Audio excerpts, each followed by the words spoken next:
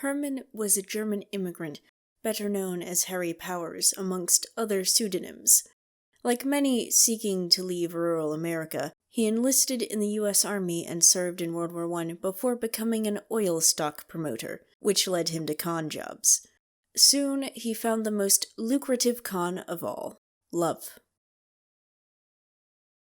Pudgy and short, Harry was not handsome. His one good feature was his striking blue eyes, though some thought him charming. Despite this, he had quite a lot of success. Back before the internet and dating apps, lonely people placed ads in their local newspapers. These were called Lonely Hearts ads, but Lonely Hearts clubs also existed. It was the latter that our man Harry decided to use. It was a members-only group where men and women found partners for a fee, rather like a matchmaking service. Harry chose the most successful one, the Detroit American Friendship Society, founded in 1927.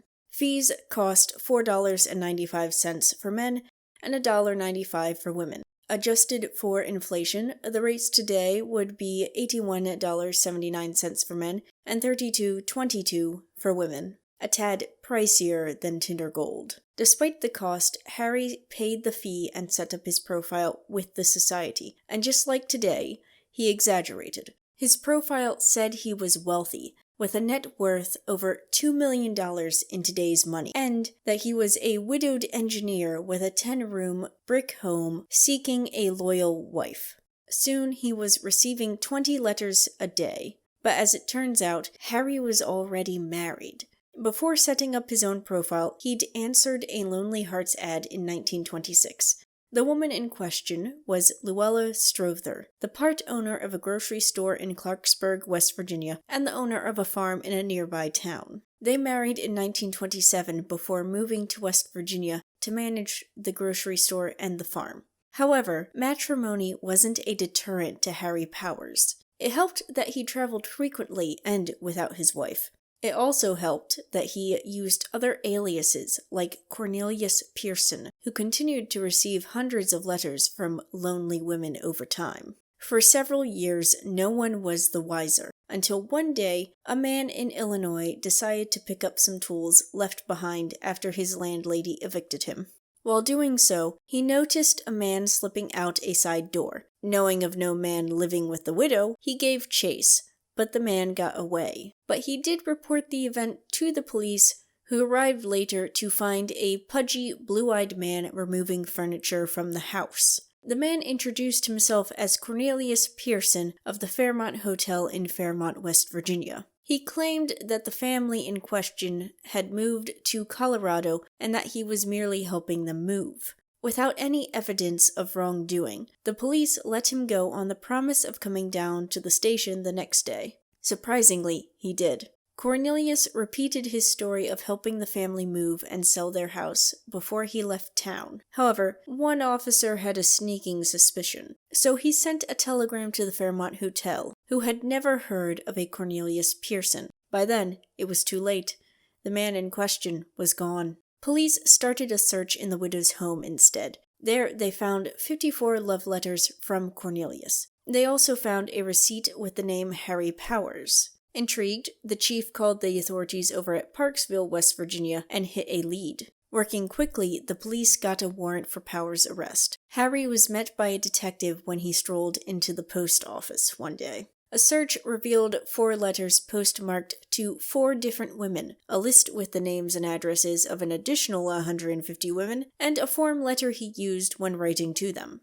Powers was arrested on possible kidnapping charges before his residence in Clarksburg was searched. Police found clothing with women's names stitched on them. Some of the widow's clothing and cutlery were found there.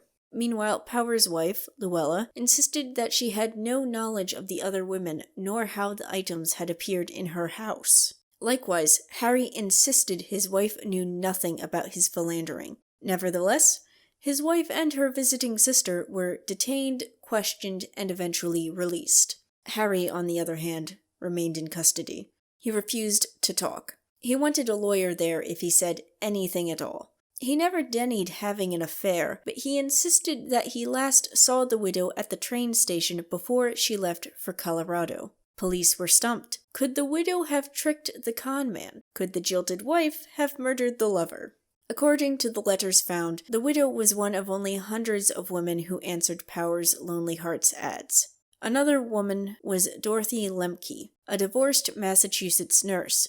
3 weeks after leaving Illinois, Powers met Dorothy in Massachusetts. The two went on a trip outside of town, with Dorothy believing she was with her new fiancé. The first stop was the bank. Dorothy took out $4,000 for their wedding before they headed for the train station. There, Powers shipped her belongings, not to Iowa, where she believed they were going, but to his post office box in West Virginia. Days later, Powers returned alone to Clarksburg, where he landed in a jail cell. The story made the papers, and Louise Watson couldn't believe it. She told authorities that she'd recently visited her mother, where they noticed that a neighbor, Harry Powers, had recently built a garage on his wife's property. It was odd, only because there wasn't even a house on the lot. The sheriff shared her opinion and headed over with a warrant. The door was locked, but it was soon broken. Initially, the garage looked empty. The gathered police found 4 hairpins and then a trapdoor.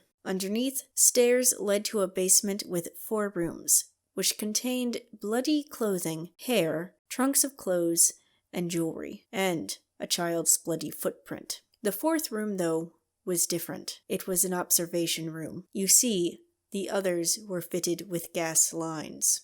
Desperate for a confession, police took a handcuffed Powers to the scene. When they showed him the bloody footprint, he coolly replied, "Isn't this horrible?" By the afternoon, a crowd of 300 people had arrived to watch the police comb the property for clues. Meanwhile, a 15-year-old boy came forward with a story. He'd recently helped Powers dig a ditch. The searchers turned to shovels, and soon unearthed a decomposing woman. Her hands were bound in front of her. The crowd, sickened, retreated. The first widow's daughters were found later that day. Their bodies were tied in sheets. All 3 had been strangled. Her son's body revealed he'd been killed by a blow from a hammer. A bank book with the name Dorothy Lemke in it was then retrieved from a fire pit. Massachusetts police confirmed the woman was missing. Later, her sister identified her body. Powers showed no remorse. In fact, he was quite smug about it all.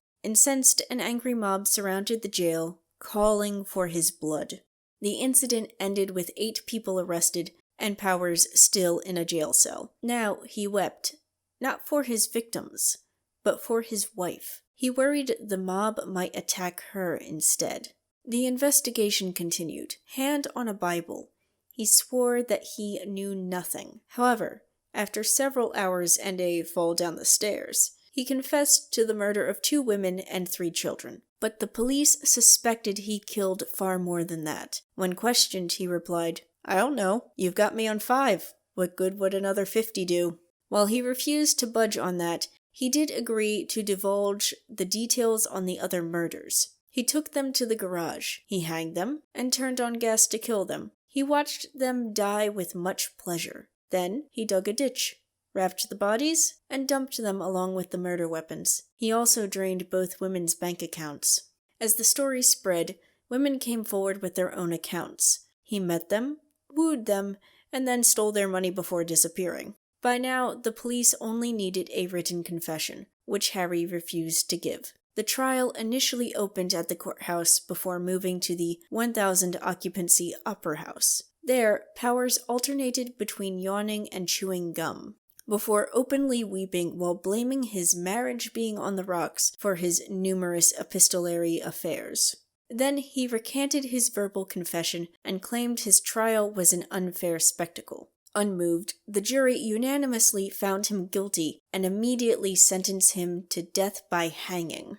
On March 18, 1932, Powers was hanged in front of a crowd. He had no last words, but he did leave a note for the police. There are more in West Virginia than Wisconsin. And that is the story of a matrimony con turned murder spree. But one question lingers. Why did his wife survive? He claimed the marriage was miserable, and, like his victims, she was a wealthy widow. Why not kill her and leave?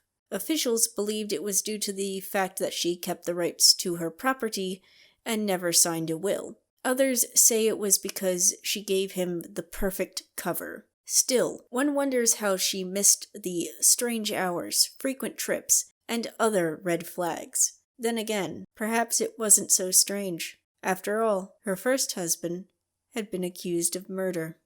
Thank you for watching. Leave a like, a comment, subscribe if you want, or check out the tip jar. There's always more history.